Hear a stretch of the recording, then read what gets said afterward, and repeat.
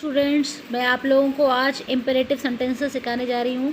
Class 7th के students थोड़ा सा अटेंटिव होके इस वीडियो को देखें। पहले हम इम्पेरेटिव जो आपके सेंटेंसेस होते हैं, इसका मतलब आपको पता है क्या होता है? इसका मतलब होता है आज्ञावाचक वाक्य। ठीक है, जिन सेंटेंसेस में क्या एक्सप्रेस हो, एक ऑर्डर एक्सप्रेस हो, कमांड के बारे में बताया जाए, रिक्वेस्ट, एंट्रिटी, एडवाइस और प्रपोजल।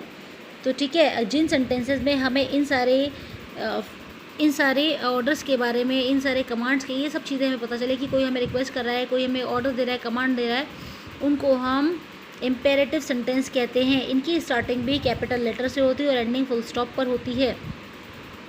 चलिए कुछ एग्जांपल्स आपके सामने हैं। क्या लिखा हुआ है? Shut the door, stop it right now, please help me, have pity on us, work hard, let's go for a walk. ठीक है, अब आप पहला सेंटेंस देखिए, शट द डोर, दरवाज़ा बंद करो।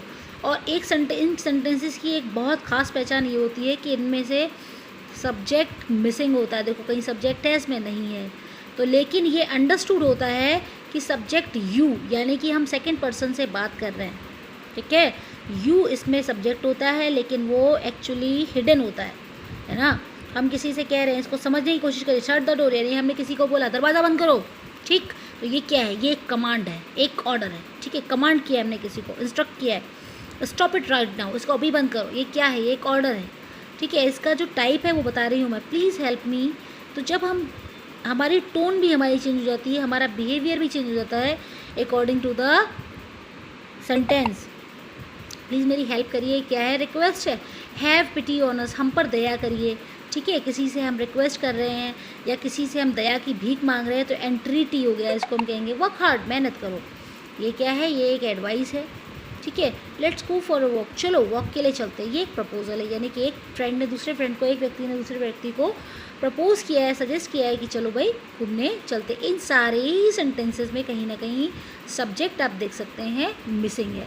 तो आपको समझ में आ गया, जो हमारे इम्पेरेटिव सेंटेंसेस होते हैं उसमें ऑर्डर, कमांड, रिक्वेस्ट, प्रपोजल, इस तरीके की फीलिंग्स जो होती हैं वो दिखती हैं। स्टार्टिंग कैपिटल लेटर से होती है और एंडिंग फुल स्टॉप से होती है। सब्जेक्ट ऑलमोस्ट मिसिंग होता है, लेकिन अंडरस्टूड है कि वो सब्जेक्ट यू है। चलो अब हम सीधे एक्सरसाइज पे प्रोसीड करते हैं, और आज हम इस एक्सरसाइज को अभी यहाँ पर देखते हैं। आप लोग वीडियो को पॉज कर करके देखते रहिएगा। और ये जो वर्क है आपके सामने, ये जो वर्क है, ये मैंने बुक में किया है, लेकिन आपको बुक में बिल्कुल नहीं करना है इस काम को। आपको ये, क्योंकि हमने यहाँ पर स्पेस नहीं है, इसलिए मैंने आपको इसके सामने ही लिख दिया है। आप अपनी ग्रामर की नोटबुक में ये exercise as it is imperative sentence लिख के, उसकी डेफिनेशन लिखने के बाद में, ठीक है, जितने भी टाइप्स हैं उन सब की डेफिनेशन आप ज़रूर लिख लेंगे। तो ये जो भी आपने ये सब वर्क किया हो, तो अगर आपने सपोज इसकी डेफिनेशन नहीं लिखी है, तो आप डेफिनेशन इंट्रोगेटिव की भी लिखेंगे और आप असर्टिव की भी लिखेंगे। इन द सेम वे अब आप ये मत पूछने लग जाएगा कि मैम इसकी हमने नहीं लिखी, ये आप जो है डेफिनेशन आप ज़रूर लिख लें। अगर आपने तब नहीं लिखी है, तब आप उसके बाद भी आप लिख सकते हैं, नो इशू, इसमें कोई ऐसी बात नहीं है। सिर्फ आपको समझने में आना चाहिए, कोई दिक्कत नहीं है। लेकिन अब आप इसको ध्यान रखिए, इसकी डेफिनेशन आप लिख लेंगे, है ना। और 2 एग्जाम्पल आप लिख लीजिएगा। ये जो 2 एग्जाम्पल हैं, ये आप एग्जाम्पल में 2 लिख लीजिएगा। चलिए, ये एक्सरसाइज आपको मैं आपके सामने करके दिखाई है, इसको आप करेंगे। मैं आपको समझा देती हूँ एक एक सेंटेंस। देखिए, make imperative sentences with the help of given words, you may have to add some of your own words. ये जो हमारे सामने गिवन वर्ड्स हैं, ये डिसऑर्डरली फॉर्म में लिखे हुए हैं। हमें इन्हें कंप्लीट एक प्रॉपर सेंस देना है, एक प्रॉपर अरेंजमेंट देना है। ठीक है, तो और वो हमें यहाँ पे लिखना है। जैसे लिखा हुआ है एट लुक ब्लैक बोर्ड, कुछ समझ में आ रहा है? समझ में कहाँ से आ जाएगा, क्योंकि ये आगे पीछे शब्द जो हैं वो रीअरेंजिंग उसमें है। हाँ, ये अरेंज नहीं है, इन्हें हमें रीअरेंज करके लिखना है। मतलब क्या हुआ? Look at the black board, full stop. दूसरा सेंटेंस क्या कह रहा है? माई रन ब्रिंग एन अम्ब्रेला, मतलब क्या कह रहे हैं? Run and bring my umbrella, जाओ और दौड़ के मेरा अम्ब्रेला लेके आओ। तीसरा क्या कह रहा है? Strike iron when hot. अब यहाँ पे हम एक आध वर्ड ऐड भी कर सकते हैं, क्योंकि उन्होंने हमें फ्री कर दिया है कि अगर ज़रूरत पड़े तो आप अपनी तरफ से कुछ ना कुछ वर्ड्स को आप ऐड कर सकते हैं। तो ये एक बहुत फेमस प्रोवर्ब भी है, strike the iron when it is hot. ठीक है, आप लोगों ने सुना भी होगा कि जब आयरन गर्म हो तब उस पर हथौड़े से अटैक करना चाहिए, तब उसे हिट करना चाहिए, तभी वो फ़र्क भी डालता है। हार्ड वर्क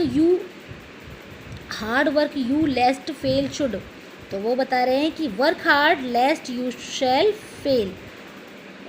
शैल नहीं है बेटा, ये इसको आप शुड कर लेना बेटा, है ना, SHOULD। ऑलराइट, ये शुड कर लेना।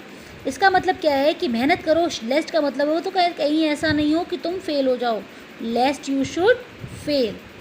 फिर देखिए डोंट, ये लिखा है, देखिए don't animals and birds cruel, तो इसमें कुछ ना कुछ वर्ड हम ऐड कर सकते हैं, तो हमने क्या ऐड करा है, be, don't be cruel to birds and animals. Okay. फिर नंबर 6 देखिए, please get hot milk glass a me, यानी कि please comma get me a glass of hot milk. Okay, ऐसा बनाएंगे आप।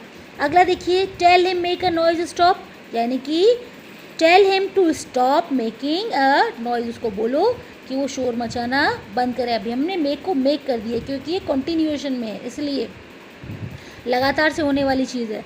अगला देखिए 8th वाला, God in trust right and do, यानी कि trust in God and do the right, भगवान में यकीन करो और सही काम करो। और मार्च फो माने होता है enemy, face the end bravely, march on and face the foe bravely, आगे बढ़ो और दुश्मन का सामना बहादुरी से करो। 10th वाला देख लीजिए, always wash hands your meals before and after, यानी कि खाना खाने के पहले और खाने के बाद अपने हाथों को अच्छे से वॉश करना चाहिए। तो वॉश योर हैंड्स ऑलवेज, या फिर आप ऑलवेज पहले भी लिख सकते हैं, always wash your hands before and after meal, both the ways are correct. तो मैंने आपके सामने ये इसको बनाया, ये आप बुक में बिल्कुल नहीं करेंगे और मुझसे कोई ना पूछे कि मैम इसे कॉपी में करना है कि फेयर पे करना है, ये बहुत दिन हो गए आपको बताते बताते। याद रखिएगा, ये एक्सरसाइज जो दी गई है ये आप अपनी नोटबुक में करेंगे, उससे पहले आप डेफिनेशन लिख लें सबकी, ठीक है। इम्पेरेटिव की डेफिनेशन आप ज़रूर लिख लें और 2 एग्जाम्पल लिख लें। इसी तरीके से इंट्रोगेटिव में अगर एक्सरसाइज आपने कर ली है तो कोई दिक्कत नहीं है, आप असर्टिव की डेफिनेशन 2 एग्जाम्पल, इंट्रोगेटिव की डेफिनेशन 2 एग्जाम्पल, और उसके बाद में इम्पेरेटिव की आज हमने जो बताई है वो एज इट इज़ आप सारा वर्क जो है यहाँ तक अपनी कॉपी में कर लेंगे। सिर्फ 2 ही एग्जाम्पल लिखिएगा, ज़्यादा मत लिखिएगा। चलिए बस आज के वीडियो में इतना ही।